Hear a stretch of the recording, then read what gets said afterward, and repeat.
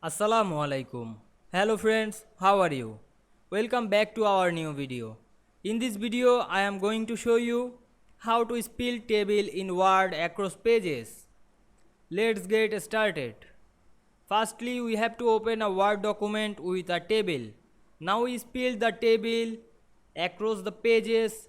Click the table last and press enter on your keyboard. Now we can see we increase the table. Now we continue this process.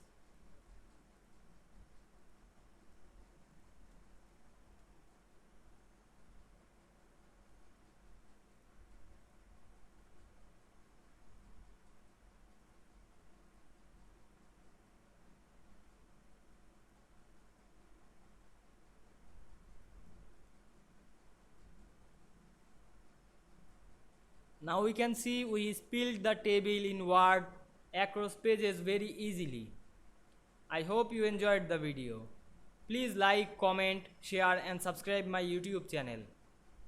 Thanks for watching.